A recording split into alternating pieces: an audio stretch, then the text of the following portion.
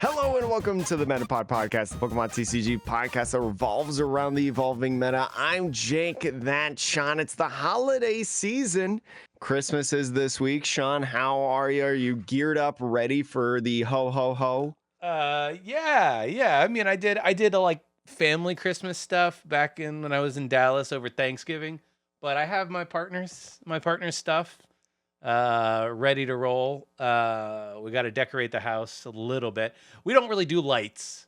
There's no lights in Mhm. our house here. It's too much work. But otherwise, we're ready to go. How about you? Yeah, a few decorations that my girlfriend's put up and stuff, and then I got my little Christmas tree back here that you can barely see because my big head's always in the way of it, but it's still there, right, for the festive cheer. But yeah, just about to go home for the holidays for a couple weeks, so we're getting this recording done a little bit earlier than usual, which is always nice. Yeah, but jumping right into it, we got a few things for you today. One quick little rant news story thing that has to do with Pokemon TCG Live. And then we're going to be telling you how to spend your money.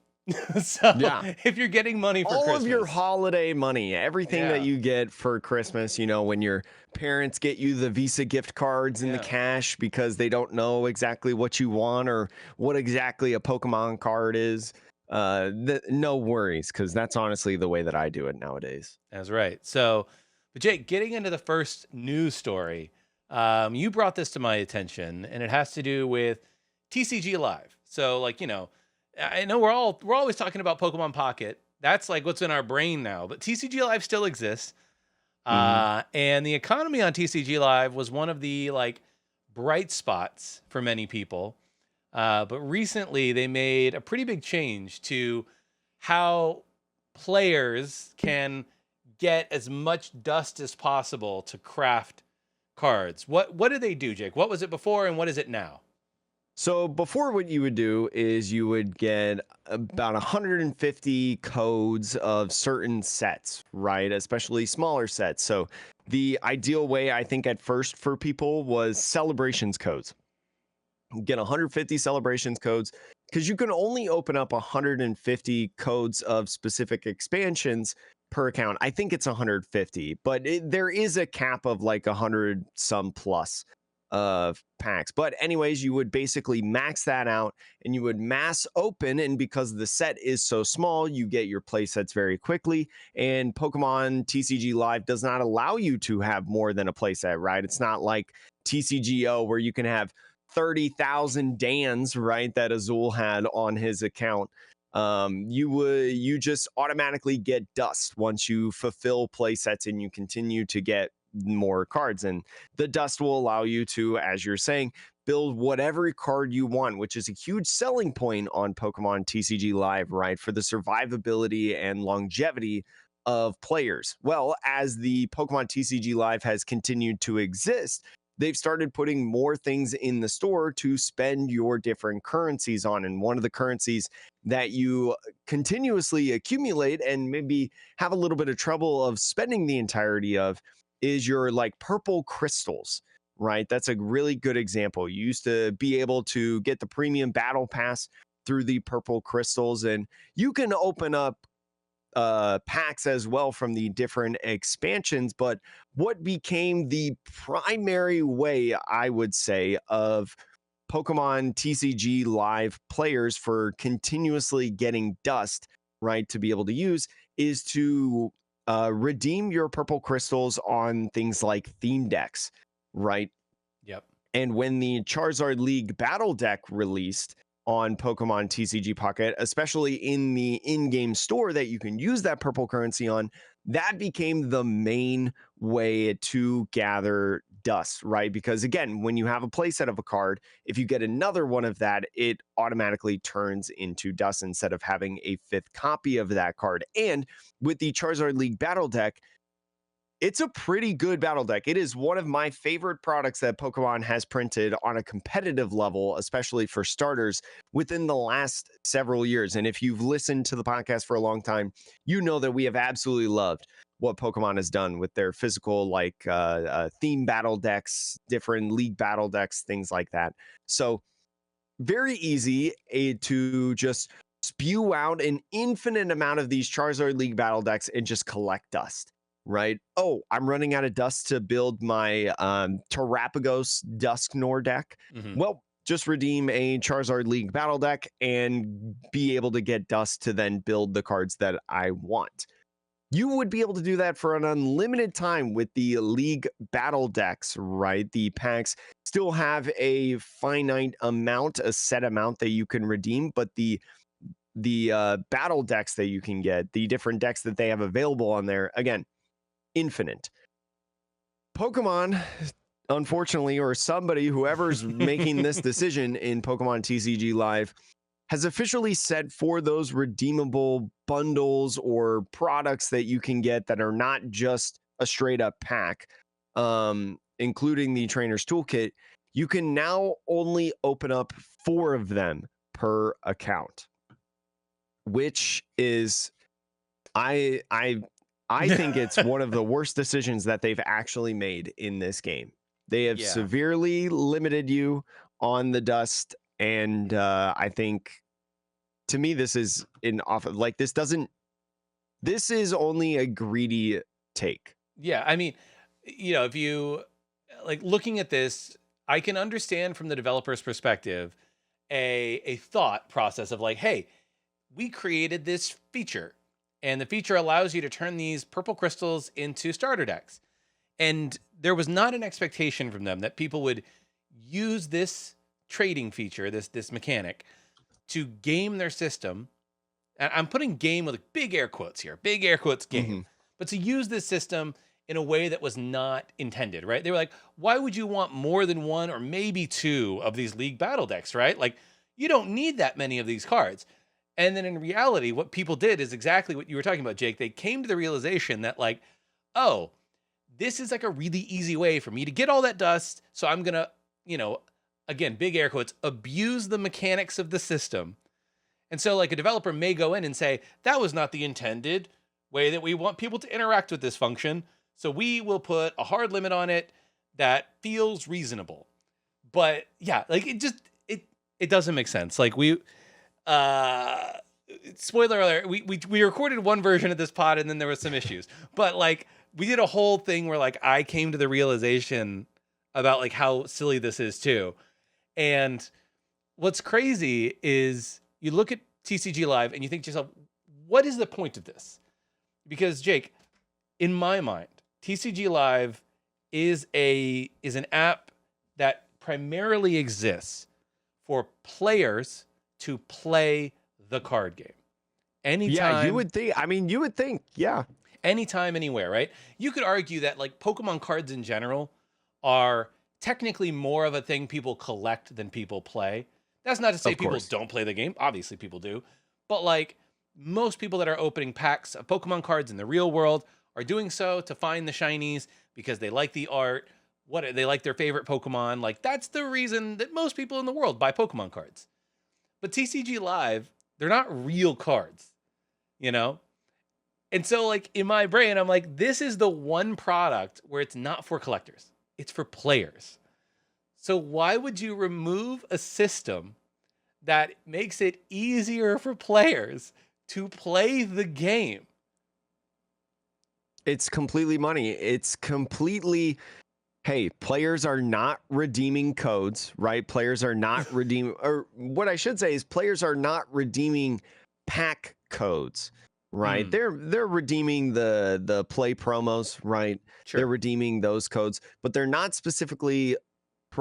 specifically not opening the expansions, and instead what they're doing is they're just redeeming the purple currency that you have, because you get a lot of it and you don't have too many ways to spend it, in my opinion.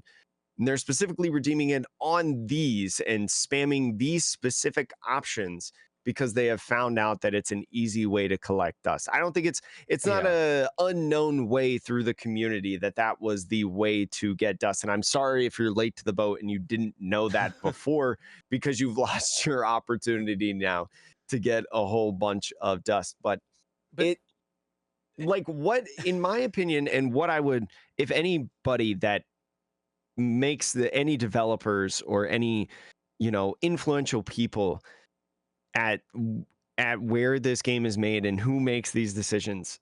What is the problem about it, not including that people are not buying physical packs? Well, here's the thing, If right? your reason, People like, are there's buying no, physical packs. but they're not doing it for people who buy physical packs are not redeeming the codes for this. I mean, look at any YouTuber, look at any pack opening YouTuber. They rip open the Sure. pack, they flip over the code, they either do one of two things. They show the code and they're like, I don't use this, it's worthless to me. Or what they do is they conceal it off and they go ahead and sell it third party, right? Which Sure. doesn't help anybody because it's at a premium almost But at that point. But like here's what I think, right? Like they might I will say this, we don't know if code card redemption has actually gone down. We don't actually know that statistic. We're assuming that that's I why they decided to, guarantee it's gone down. you think? I'm not a betting man. I'm willing to bet money. Okay. So even if it has gone down though, right? Even if code card redemption has dropped, what does it matter? It's not like the codes, it's not like Pokemon gets any money from the third party market of people selling code cards. Pokemon makes their money on selling physical packs. The physical packs are being bought. You can't find Surging Sparks in stores. You won't be able to find Prismatic Evolutions probably after day one. Like, Mm-hmm. there are so many sets right now that are not, you can't get them. And so, like, even if I wanted to get packs, open them, and then get the codes, because really the codes are not meant to be something that has a value. The codes are meant to be like a bonus, at least from Pokemon International's perspective, right? They print the codes as a bonus, as a way to incentivize people to learn how to play the game. That it's all marketing. TCG Live, the code cards, at the end of the day, it is a loss leader that is marketing. So like the packs are selling. What does it matter if people are redeeming slightly fewer codes for any given set and instead Exactly. doing this? Like the point of this app is for people to play the game, become enfranchised players. If you want collectors, we talked about this on the first take. If you want collectors, people are playing Pocket. If they want Yeah, to there's just this crazy new app that's setting all of these huge numbers and making you a wild amount of money that collectors are going to. I don't know any collectors that actually have live anymore or that want to have live anymore because Pocket exists. yeah, And even though I don't really play Pocket, right? I've kind of jumped sure. off Pocket a bit. I just open my free packs and that's pretty much it at this point. But it is still a wildly popular and wildly successful game. And there's even competitive tournaments in Pocket in the grassroots kind of area. It's Yeah. just it's so out of touch to do this. And it hurts because live has been open for 3 years now and they just keep making it worse and worse. Yeah, and it's just strange. They're making it less usable for the people who play it regularly. And it's not like they're making money. Like we talked about this on again, the first like there is no money that they're making from live directly. Like it used to be that you could pay for a battle pass premium, and now that's not something you do. You don't buy packs in live. So the only reason, like, there's only one thing in my mind, Jake, where I could understand this change. And that is if they are planning on selling packs through live direct. Like there's a world in which I could see them, because of Pocket's success, going, we're actually going to stop printing code cards in packs. And instead, we are going to sell packs directly through live. Do I think that's a good idea? No. The point of live is to get people playing your card game to eventually go and play it in person and to buy physical cards. Like that's really what it, like I said, live is a marketing tool ultimately. But like that's the only world in which I could see this change, is like maybe it's a prelude, like it's a prelude to that, of them switching out the model entirely to a Pocket model where you can earn plenty of packs, but yeah, there's no more code cards, none of that, because they see all the value in code cards. That's money they're leaving on the table. To be frank, third-party sellers selling code cards from a business standpoint is them leaving money on the table. But who cares? If you're running live right now and you understand, You can generate You You can make plenty generate of infinite amount of codes, right, you and you know. make plenty of money from selling the cards, right? Like the margins of like what you lose on code card sales, like, oh no, total code card sales for a year were 10 million, 20 million dollars. Like for us, that's a lot of money if that's the global market of code cards. For Pokemon, That's a it's that's an nothing. hour's worth of the grocery store, Right. basically. So yeah, I just it makes no sense. It only makes logical sense from like an insular perspective of this is how our app is supposed to work.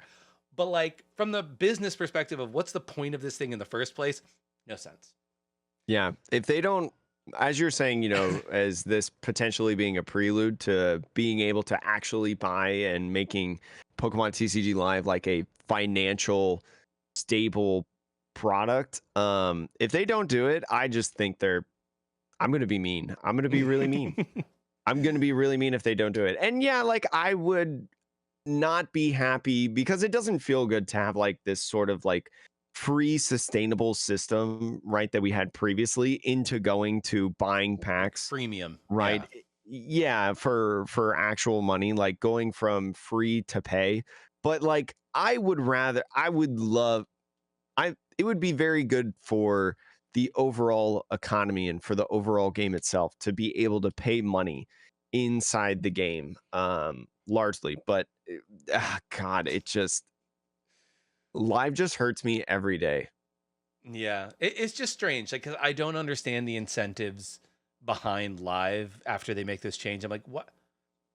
Either you're like a free game that like you have to grind in order to get the best cards, but it's fine, or you're a Hmm. game that's going to try to make money, but there's no way that you're doing that right now. You're kind of playing in both camps, and I'm like, which is it? Anywho, speaking of money, Jake, we said that we were going to help you. It's almost Christmas. We said we were going to help people figure out how to spend their money, and that could be a plug for a new cryptocurrency that we're about to drop called Metacoin, but it's not. Whoa, whoa, whoa! Wait a minute! What? Wait, I was not informed of this. No. I'm just saying, like you could think the worst, but we're not selling you anything.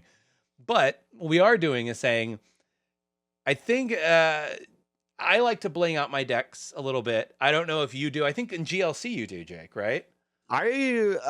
Yeah, I do in GLC mostly because that means I only have to buy one of the card. So it's like Right. it's just easier, on the wallet sometimes. And it mostly just includes supporters, Yeah. but But yeah, fact of the matter is the alternate arts gold cards, they are cool no matter if you play minimum rarity or max rarity, right? And but if you go max rarity or alternate reality, it's no doubt that it is more expensive of a route to play the game. So, so the whole point of this then is to say, okay, say you want to start blinging out your decks.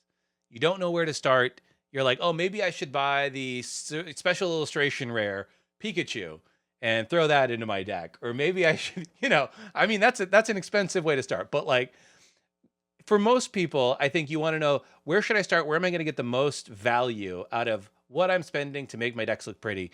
So we put together a list of cards, and we'll talk through them of like things that you'll probably be able to use forever, in some cases, or for a very long time as they rotate in and out of standards. So Jake, mhm. what's the first thing on our list of like, hey, if you get a fancy version of this card, you're always going to be able to use it probably.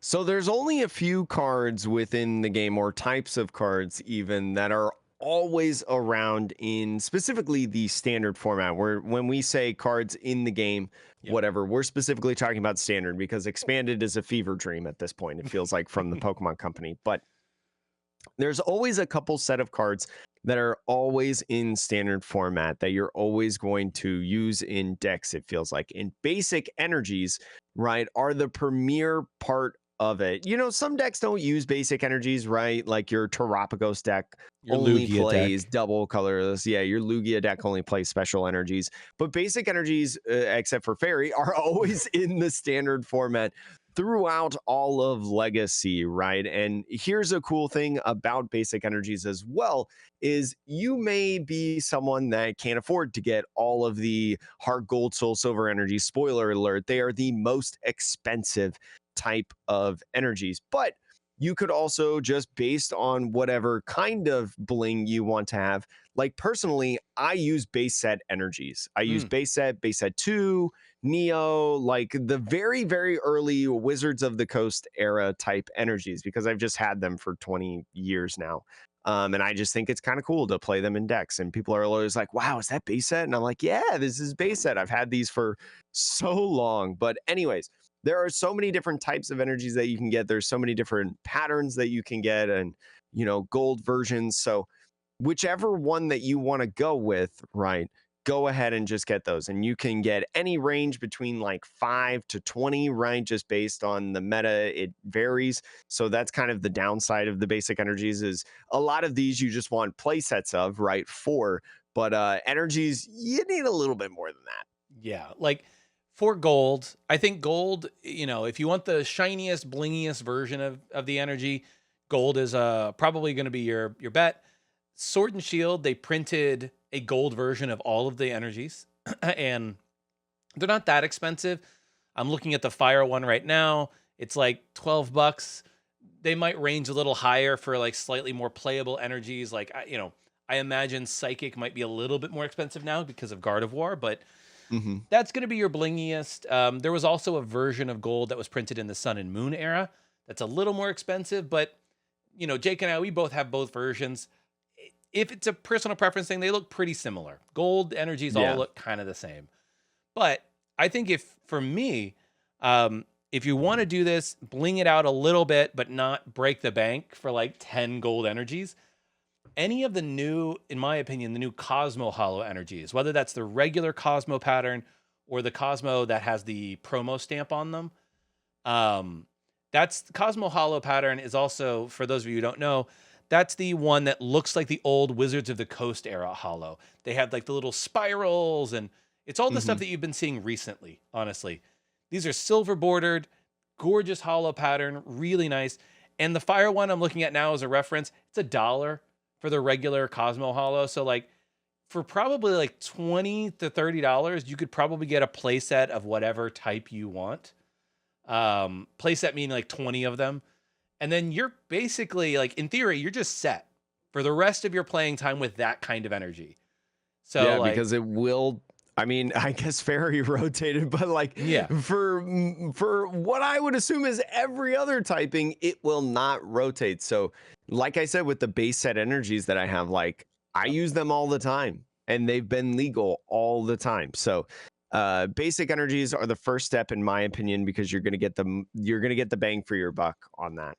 and if you want the super fancy ones, as Jake was saying, the Heart Gold Soul Silver era League and Championship cards, those are the ones that all the OGs out there are going to be like, yo, you got that? That's dope. Yeah, I think Appa in our Discord server has full play sets of those, or at least did at one point, I think. Yeah, these are expensive. They're like $50 and up, at least for the fire one, but I'm sure all of them, they're gorgeous. But like, Jake, what did you say the first time around? If you won the lottery, there, you wouldn't say anything. Yeah, it's that meme. It's that meme where like, if I won the lottery, I would never tell anybody, right? But there would be signs. and this energy it would is be it. having play sets of Heart Gold, Soul Silver energies. So yeah, but energy is a great place to start if you want to start blinging out your deck on a budget, especially. But Jake, outside of fire energy, I think the next category that we wanted people to look at is any Pokemon search that involves the ball search cards.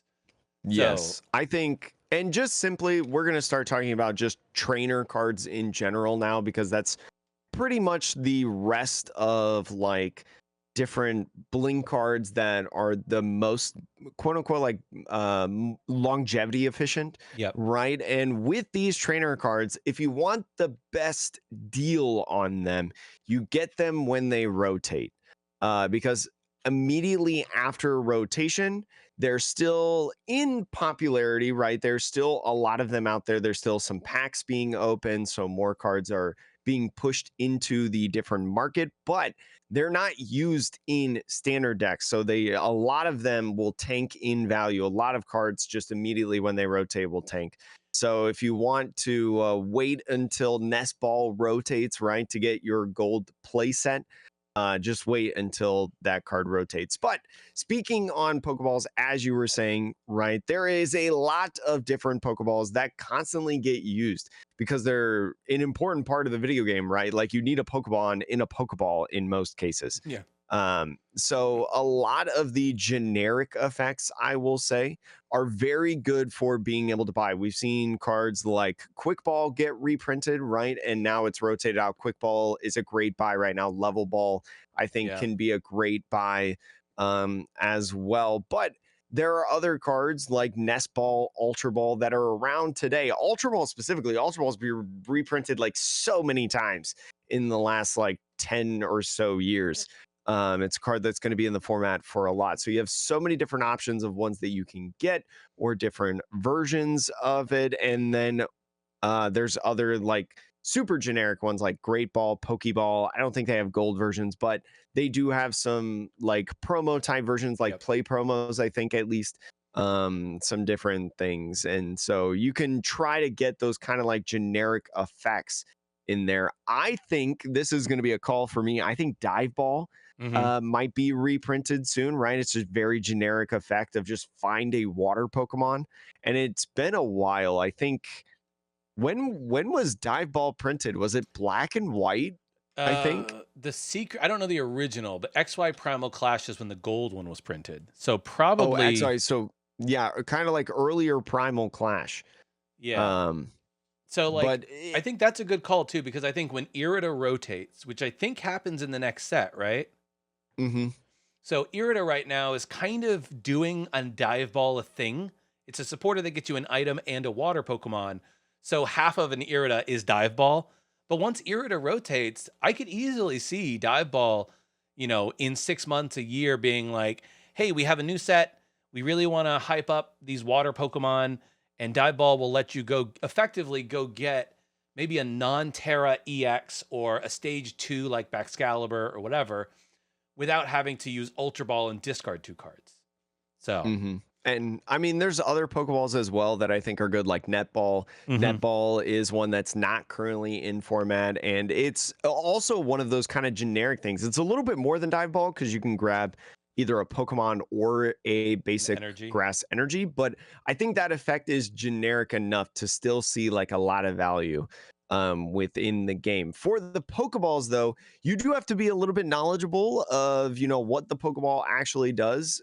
There are some cards that are era specific that I do not recommend buying. Like I do not recommend if you're trying to max rarity, right? Like Hisuian Heavy Ball or Feather Ball. I don't are there I know they have Cherish probably Ball. play promos. Yeah, Cherish Ball was the first one that I thought of when thinking of. There are gold Cherish Balls that look super good, but they only grab GX Pokemon, which we're not in the GX era anymore. And I don't think we'll go back to the GX era. Yeah. And even if we do, they would it would have to be a while because they brought back EXs, right? So Yeah. theoretically, if they brought back another version of GXs, Cherish Ball could come back. But I don't really see it happening as of yet. But I think if you're going to just be safe, right? You got a little extra income, you got a Christmas bonus, at work. You might get Cherish Balls just in case, because if they do come back, that's going to be a pretty penny to get gold Oh, yeah. Cherish Balls. But I assume that if they made a reprinted version and made a gold version, the new version would be cheaper than the old version. So just depending again on what you want in there. But you got to be wary of what the specific cards that you get do, because the ones that are specific in the eras, they're probably not going to be as of value for the longevity of, standard format. Outside of the ball search cards, there is another card that we're going to talk about a bunch of trainers, but the next one for me is Switch. So Switch is a card that has always existed in the format. Literally. And for me, I think it is a card that will always exist in standard format because it is such a basic mechanic. It is a card that says you can move your active to the bench and move something from the bench of your choice to the active. That is like a fundamental aspect of the Pokemon TCG. And so like that's one for me that I'm like, you may not need 4 of them, to be honest, because I don't know, not too many decks run 4 switches, even when Lost Box, for example, is a recent one. They're a deck that might love to play a bunch of switching cards, but they typically would have opted for something like 4 escape ropes, 4 switch carts instead of 4 switches. I mean, you could just put switch in there in theory, because it's the same as switch cart, but technically better, but it doesn't heal for 30. So point being, you may only need 1 or 2 switches for most decks in the future, because that's, most decks don't run that many. But yeah, I think getting a couple of those is a pretty good pickup, and you can find them for like $3 to $6 for like the most recent versions of the gold printing. It's definitely a card that I think is the safest, and similar to the basic energies, like I was talking about, like you can get any sort of art that you want that fits your budget, whatever style that you want. If you want to match your hard gold, soul silver energies with switches, you could go do that. You could be like me and play with actual base set switches, because I think that's the coolest art and the coolest card. Or you could go ahead and do the gold. Yep. Similar to Switch, there's another item here, Escape Rope. I think this is an interesting one, because this is probably the first one we're talking about that is not currently in the standard format, but I have every reason to believe that it will eventually come back. So Escape Rope, it's a pretty like tried and true card. It's been around over and over again. I think when you and I started, Jake, it was briefly in format, and then it rotated out, and then it rotated back in, and then this last set it is rotated out again. So like it'll be back. It might be a couple of years, but it'll be back in the future. So that's a card where like right now the gold Escape Rope, it's like $20 roughly. And as Jake said, there's a lot of versions of Escape Rope that have been printed if you want something a little different, but it's a card that like, it's a good one to pick up if you are looking for something that's post rotation that you can slowly get at maybe some good prices at your local game stores. But yeah, Escape Rope is another good pickup in my book. Jake, what's the next one in your list? I think the next one in the list is a couple different supporters. So with the Sword and Shield era, right, Pokemon started to print out different supporters that are going to be for the longevity of the game, that will be continuously in the game.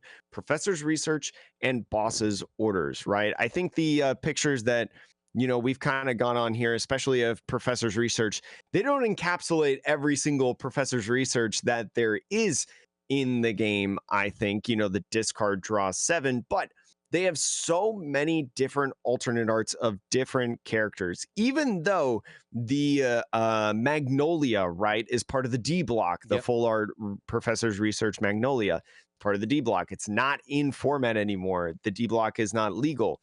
That is still a card that you can play because it is Professor's Research, right? It's part of that era of cards to where it doesn't matter what the character on the card is. It's Professor's Research. Discard your hand, draw 7. They're keeping it in, right? If you want to rock with the Professor Oaks, that's my personal favorite. It literally, for a playset, costs you $4 in total for a card that is going to be in the game for a long time. It's kind of like max rarity of it, right? Of that card looks so good, in my opinion. And Boss's Orders as well. Boss's Orders has 4 different guys on there that you can choose from in terms of the type of alternate art that you want. I think the cheapest one is Cyrus for like $5 per, right? Which is a nice alternate art. That one being a promo specifically. Yeah. But yeah, it's just there's so many different ones, especially those. And since they're going in this route of the constantly having this effect, but with new characters on it with the same effect, it's a really easy buy. We don't generally have too many supporters that are constantly around within the format. We'll talk about a couple other ones here soon. But those 2 specifically are supporters that you definitely want to get. Yeah. Outside of that, though, back to a couple of trainers, we do have Rare Candy, another card that has been around forever and ever. This ability. Now, granted, technically the card did change. Originally, you could use it, I think, on the same turn that the Pokemon came down. Hmm. And so you could cheat a little bit back in the day. But that has been errata. You can use, I think you can use any version of Rare Candy, though, because the errata applies the same way that it did with Quick Ball. But yeah, like Rare Candy has been around forever. It will continue to be around forever, similar to Switch, most likely. But yeah, you can go for a gold version, either from Guardians Rising or Scarlet Violet base. There's some cool promos that you can get, League Cup staff promos. You can even go Plasma Blast Gold, right? If you want to spend like $70. But I Hmm. think one playset of Rare Candy, if you have a Charizard deck, for instance, that you want to start blinging out, Rare Candy is also a really great card because they're always they want to print decks that are not just big basics. I think they learn their mistake from tag teams, and so I think Rare Candy will be a much more prevalent card in the long term than it maybe was for a couple of years there with GX Pokemon. But yeah, And another again, great pickup. it's a generic effect that works in every era of the game, right? I think that's kind of the big thing about this card, as well as like there's always going to be basic Pokemon. There's always going to be stage 2 Pokemon, right? They might not always be meta, but they're always going to exist because of how the game is designed. So Rare Candy is always going to be a thing that you got to keep in the back of your mind. And I think also it is one of those cards, especially as of late, that has always been legal.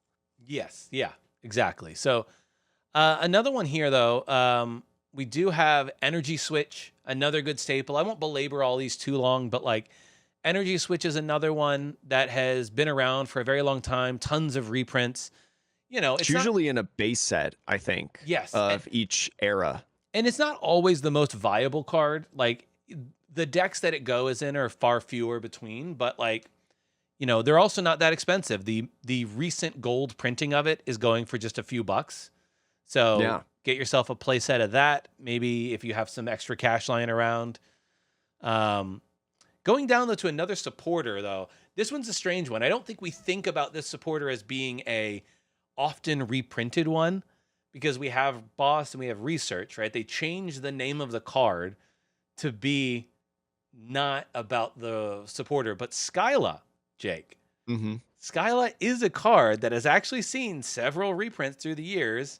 And Um, has 3 alternate arts. 3 alternate arts at 3 very different price points, too. Oh, yeah. I have 2 of the 3. I do not Okay. have the Boundaries Crossed one, unfortunately, and probably will not for a long time. But yeah, Skyla, this is one where like, we're recommending that like if you want this as an option, you probably only ever need 1 or 2 copies of this because most decks are never going to even run it. But, it's another cool full art supporter that you can feel fairly confident will be around in standard, over time. Yeah, just time and time again because it gets reprinted, right? It's one of the more popular supporters that has continuously been put in the standard format alongside another one which has had several reprintings. Judge, Ryan Judge, I think, or did Judge originally start in Heart Gold Soul Silver? I think that was the first time It that it might. was printed, but it was in Hard Gold Soul Silver, reprinted in XY Breakthrough, came up in Team Up or Forbidden Light, I believe, in the Sun and Moon era, then was in the Sword and Shield format. And then I think printed in Paldean Scarlet Fates. Violet, yeah, and Paldean Fates. So another one of those cards that in every single generation of Pokemon for the last several generations is going to be one. And you can get the alternate art Judge from Paldean Fates for 66 cents. And if you want a better looking one, you can get it from the Silver Tempest Trainer Gallery. That's $2.50, right? You can get alternate arts of those supporters for so cheap, so cheap. Yep. And I would imagine will be around for a while. And again, like Skyla, might not be in every single deck, might only be a couple in a sense, but who knows? Judge Path Mew right? Remember that deck? That Yeah. played 4 judges, or I'm sorry, Judge yeah, 4 Maridon, judges. you Yeah, know? Judge Maridon. You Yeah. never know. Judge is one of those cards that like you need a couple of other pieces in the format to have it really shine. But it comes back, man. It comes around. Next one on our list here is the last supporter on the list, I think. This is a weird one because we were actually like racking our brains to be like, are there any other supporters? And weirdly enough, Shauna. Now, if you don't know what this card does, I don't blame you. Nobody plays it. So maybe take this one with a grain of salt, but it's shuffle, draw 5. So, if you're playing a deck that doesn't want to discard, and so you're like, I don't want research, it's okay. I would argue, though, if you're really playing competitively, there's probably a better version of this card that is more era specific. I think just simply because, I mean, Shauna does not have value. So if you want to get a playset just Sure. in case for whenever it does happen, it is $2, right? From the Fusion Strike set. Or if you want to go for the alternate art promo way back when, that's going to cost you a little bit more, but still pretty affordable for the kind of early XY era. But I think because of like Professor's research being a thing now, talking about it earlier, just constantly being in there, Shauna's value goes way down. Did see some niche play back in the X and Y era, I think it was. Just really as like a 1, maybe a 2 of in decks, but as you're saying, just not that great. It's crazy that Cynthia was much more viable, but it was one of the better draw supporters of the kind of Sun and Moon era. Moving on here, some more trainers. We'll just quickly go through these. We have Super Rod, another great one, pretty standard reprinted card where you're just shuffling in Pokemon and or energy into your deck. Pretty awesome there.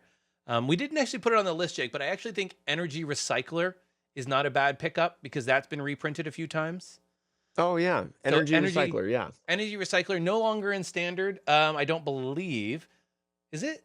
I don't think so. No, but that shuffles 5 energy back into the deck specifically. So I think that's one where like it was not in format, then it came back and it only got relevant because of Kyogre, and now it's gone again. But a couple copies of that probably won't do you wrong.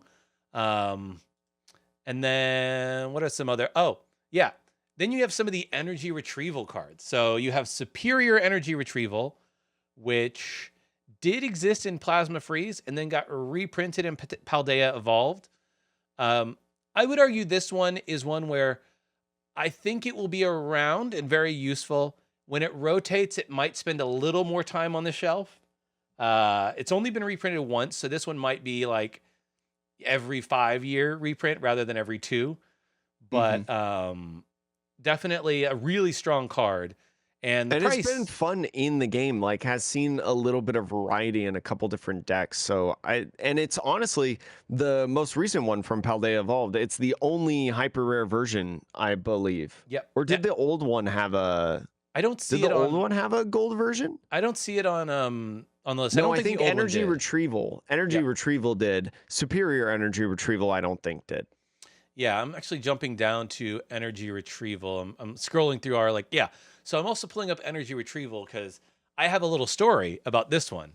So Energy Retrieval is kind of the baby brother of Superior. It just gets you 2 out of your discard into your hand.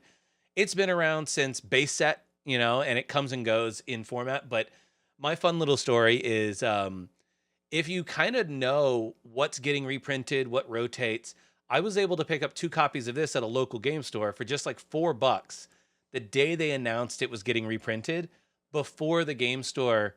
And I don't feel bad because the game store is known for overpricing cards. So like, I don't feel bad about this one, but yeah, I got them for $4 each. And now that Ancient Origins version is up to like $25 a card. So, stonks. But yeah, that's another one that, there will be versions of this that will come and go in format quite often. But Jake, this next one, what's the next one on your list? I think the next one on my list is one of my personal favorites, Pokegear. So Pokegear is a card that has been around for a while. Ryan was in hard gold, soul silver, and then came back kind of in the sun and moon era. Was reprinted in the sword and shield, or scarlet and violet. I'm sorry. I think. Wait, did it come in sword and shield? It definitely came in scarlet and violet in there. So it'll be around for a while. And it seems like one of those cards that they're going to try to keep in the game long term. There's a couple different really cool alternate arts if you don't want to go all in on the gold, because there was only a gold version in Sun and Moon Unbroken Bonds, right? It's starting to get a little bit more pricey. The pink promo League Cup Pokegears, one of my favorite alternate arts of trainers, is not gold, right? It is yellow border, unfortunately, but is a bright pink Pokegear. I don't even know the lore behind it within the Pokemon games, surprisingly, of why it's pink or anything like that. But one of my favorite alternate arts, and still half the price of a secret rare gold Pokegear. So Yeah. whatever, again, flavor you want to go with. This is one where I feel quite lucky because I have a playset of the secrets, and I also have, I think, like 7 or 8 of the League Cup ones. Yeah, you just So keep holding on to those and yeah, resell those whenever you resell those extras. yeah. So this, and I will say this, I actually think Pokegear 3.0 is one where they might print a gold or another alternate art version in the near future, because it has Mhm. been a while. And to your point, they like to do that with like staple cards. But if they don't, for whatever reason, like if it rotates, I picked mine up in an era where we had Tapu Lele and like other ways to search out your supporter. So Mhm. this one may also come down if we get better supporter search cards as it becomes slightly less playable. I think right now it's highly playable, especially in SADA decks. But another one to just maybe keep an eye on if the prices right now are a little too high. This one also does go up and down quite a bit based on playability. Yeah. But next one out here, Dark Patch. So it's obviously not particularly playable right now. This one might have rotated as well. Did it just rotate last year? I don't Or believe it. it It will will be. be Yeah. rotating off of the F block. So this is one that like it's not even played all that much outside of Roaring Moon, but Pokemon loves Dark Patch. They have reprinted it a couple times now. It would not surprise me to see an era in another 5 or 6 years where it comes back. So a playset of Dark Patches at like $5 each or whatever is not a bad pickup. Mm-hmm. What else? Is there anything else? I'm pulling up the list. Oh yeah, there's a couple more cards on our list here, Jake. What are they? I think a couple of them, counter catcher and counter gain, right? Those like comeback kind of cards. We've recently seen counter catcher get reprinted in the Paradox Rift Hmm. era in Scarlet and Violet. So it'll be around for a little bit in the G block. So at least for another year. And just a good card overall, right? Especially if you like playing a little bit more of a slower setup deck like Gardevoir and stuff.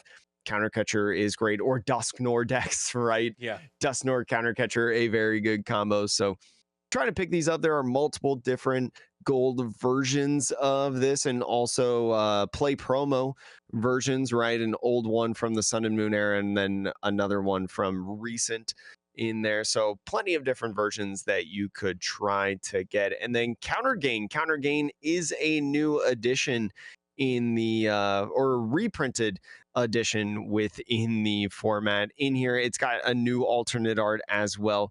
Kind of helps if you don't want to get the Lost Thunder version on there, but still pretty good in my opinion. So those are sort of all of the cards that we feel pretty confident about.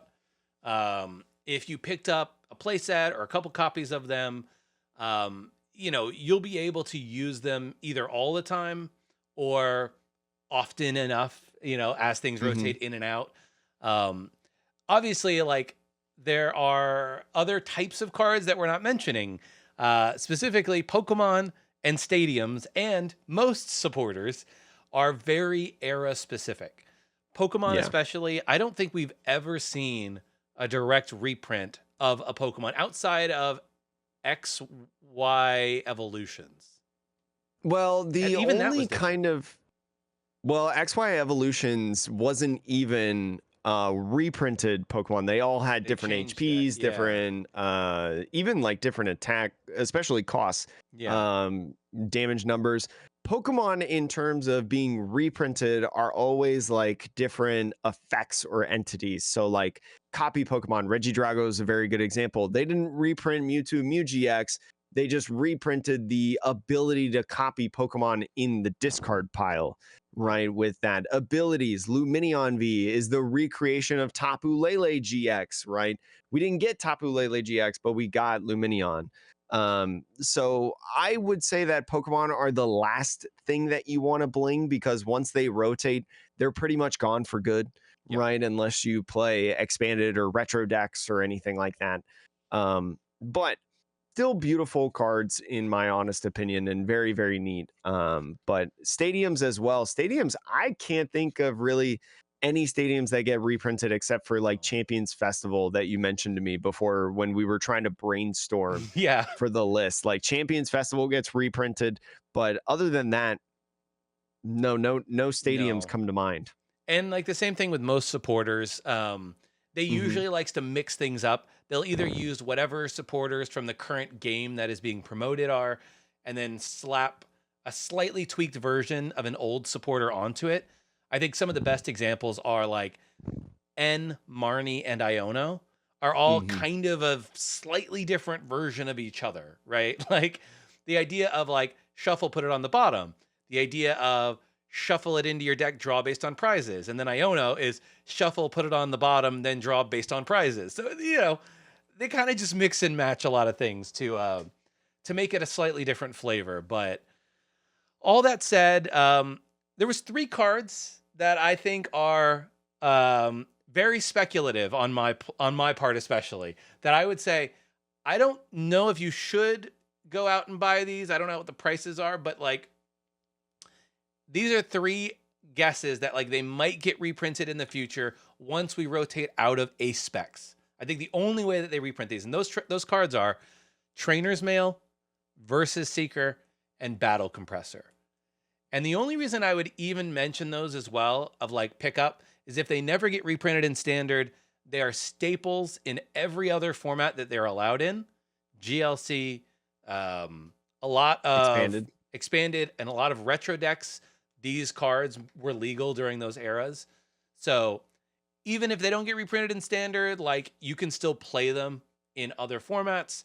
And then if they do get reprinted in standard one day, hey, stonks, right? Like you have a fancy version of Versus Seeker, which I don't think the gold Versus Seeker or Battle Compressor are particularly expensive, are they? I No, haven't even looked it up. Gold versus Seeker has a market value of $15. I think you're more going to have trouble finding a clean copy of it, right? A lot Yeah. of them are like heavily played, damaged, a Trainer's Mail Seeker Rare is like $7.50. So very, very cheap. But they were so good in the game. I don't, like you're saying, like I don't imagine they get reprinted. I think Battle Compressor is a great example, was absolutely dominant in the game in the era where it was, and they kind of reprinted it. They put it on an A spec though. Yeah. So it's like And Versus so it's Seeker is an like A spec now too. yeah, Versus Seeker is an A spec basically now. So it just kind of depends on what you're looking for. I will say for know your options as well. So like in GLC, for example, Versus Seeker is a card that's played. It would be reasonable to buy a gold Versus Seeker right for your GLC deck. Maybe you don't want to spend $15 though on a gold Versus Seeker.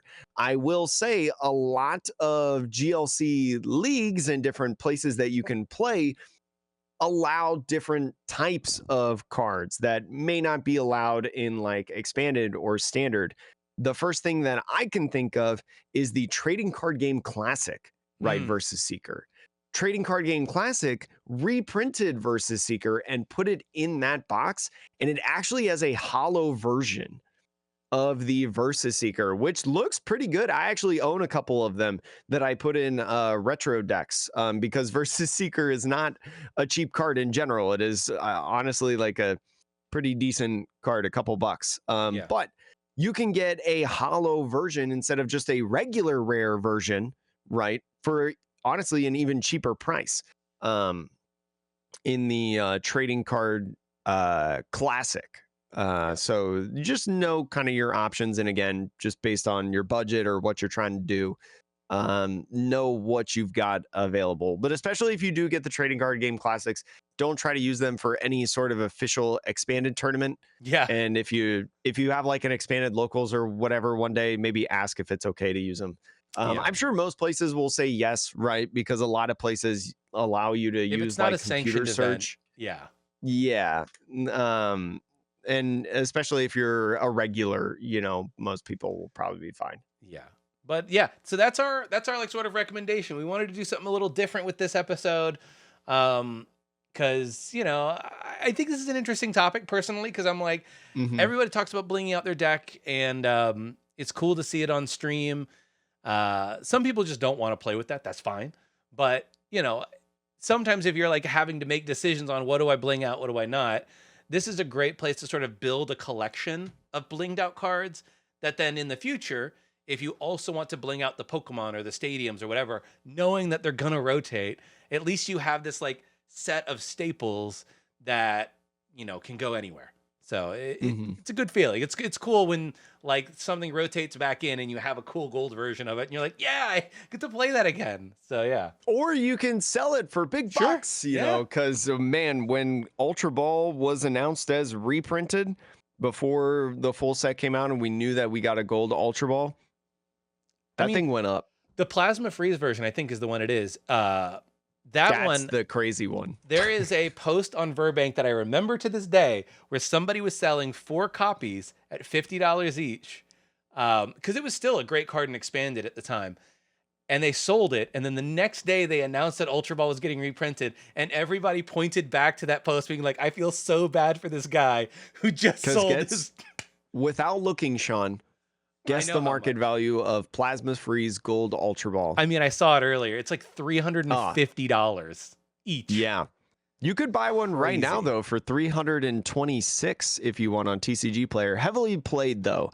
So who knows if it's a good-looking card or even legal for standard. But that's going to be all for the Metapod podcast. Thank you so much for listening. If you have other cards that maybe we didn't mention that you maybe want to recommend to people in our Discord server, in the YouTube comments, feel free to let those in always. I'm sure we left some card out, right? We're just two dinguses talking to each other on here. I'm sure we left one out. But anyways, thank you again so much for watching. Hope you enjoyed this episode, and we look forward to seeing you in the next one.